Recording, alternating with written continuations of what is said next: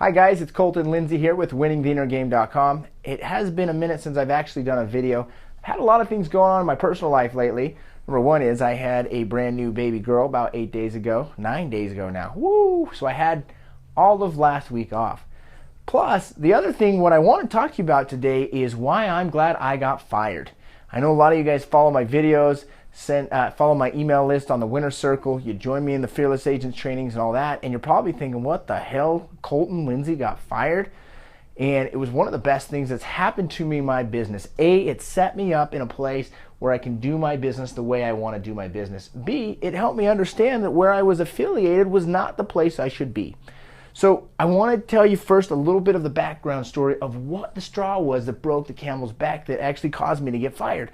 And then second, how I had to deal with that quickly in my decision making and how I handled getting a text message at 9:30 at night saying, hey Colton, here's your personal invitation to find a new brokerage. So it started the last week of April. I had signed a listing contract, and as you guys know with Fearless Agent, we sign them up and we're doing price adjustments, we're doing 12-month contracts, and I gotta admit, I'm not always great at getting that done 100% of the time. But one of the things I have learned from Bob is it's an agreement. It's a multi-month contract for thousands of dollars, and you do everything you can to honor what you said you're gonna do. Also though, you're going to respect that that client, that seller, that customer is going to honor their contract as well. About 7 days into this, I got a phone call from the seller asking me, hey, what would it take to actually cancel our contract? So anytime you get that phone call, you're a little leery on what's going on why they want to cancel. So I said, hey, well, tell me more about it. What's going on? First part was we got some story, possibly the wife has anxiety. Next is, I said, hey, no problem. If you don't want to sell your house, she's anxious, let's take it off the market. I'll do a conditional withdrawal, and if you decide to sell, we can list it later. Or if you just decide to stay there, that's fine. The next question that the seller asked me really put the red flag up on what was going on. I got the question, how long until we could list our house with another agent? That means that probably they had been discussing with another agent some other terms. Boiled down to it, they just didn't really like the price that they had said they wanted to sell it to. I told them their options were we could either list the house, we'd even raise the price a little bit and adjust the price down once the market said it wasn't going to work. Or the other option was we sign a conditional withdrawal, which is the next 6 months if you do list your house, you'll have to list it with me and my company. So that's great. I believe that's how it should be. That's how I've been working with all my coaches, my experience with Bob Leffler, my experiences with Bruce Keith, James Hotaling. Any great coach trainer will tell you once you sign a contract, you've signed a contract. That's how it works. My broker did not see it that way. How he resolved it about 9:15, because once I didn't let him out of the contract, the seller obviously contacted my broker, right? The broker talked with them, discussed some options, yada, yada. I got a text message while I was home with my family the week I had my brand new baby daughter, okay? And this next part I'm gonna tell you signifies big time that I was affiliated with the wrong place, unfortunately. 9:15, I got a text that said, hey, I know you're probably not gonna approve of this, but I need your support on how I'm handling this. This was from my broker. I gave your seller the option to either list their house with me or to be released from their contract. And my response was, I disagree with that. He had already agreed to a 6-month conditional withdrawal. The next text message I received about 10 minutes later said, quite frankly, Colton, I don't care what you think, okay? And I don't care if you agree. Consider this my personal invitation to go find yourself a new brokerage. And so simply what I did was dealt with it, said okay, and realized, holy shit, I just got fired. I literally got fired through a text message at 9:30 at night.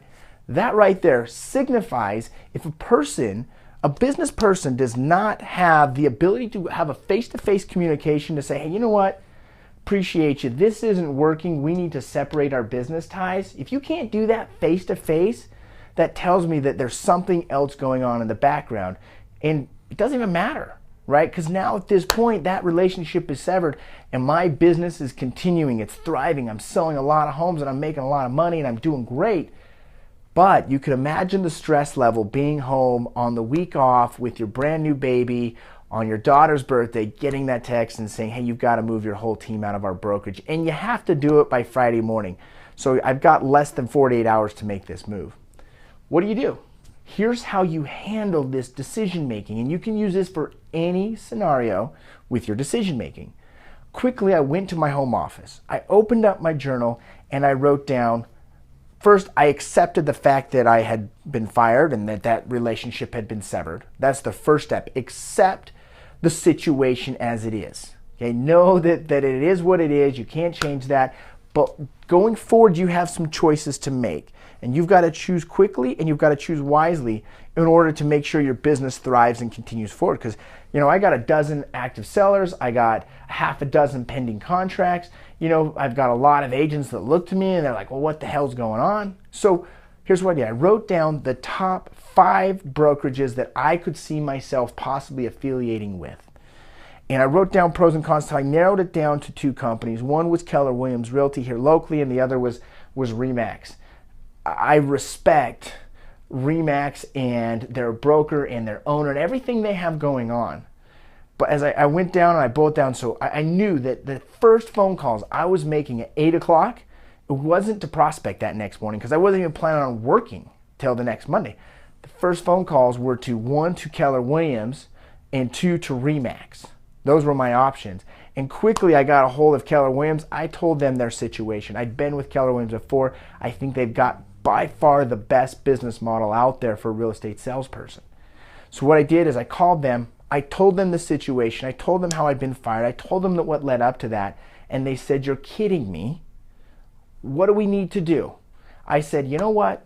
I'm already coming over there, right? Because I went and looked at the space by 9 a.m., had a perfect fit for me and my team.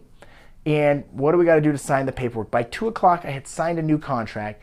By that night, I had already moved every listing, active and pending, which pending is very rare to move over, but we had so far cut ties with the last brokerage, it didn't even matter. He said, take them, go with them. So I took them over.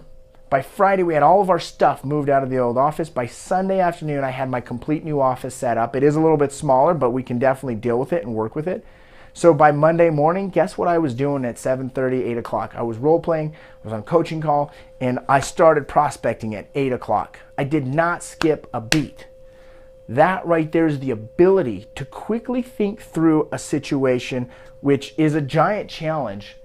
If you can adapt, if you can sit down and accept where it is, write down your options, your best possible choices that you can make that choice and move with swiftness. And I can promise you this, your life's only going to turn out better. You're going to be more profitable. You're going to be happier. And yeah, there will be some stress. Don't get me wrong. I have stressed a little bit. However, I feel really confident in the decision and then the choice that I made and the direction we're going. Guys, thanks for watching. I appreciate you guys following me. What I want you to do is I want you to go get on the free Fearless Agent calls and join with the Fearless Agent movement and Fearless Agent coaching program. There's so much you guys can learn.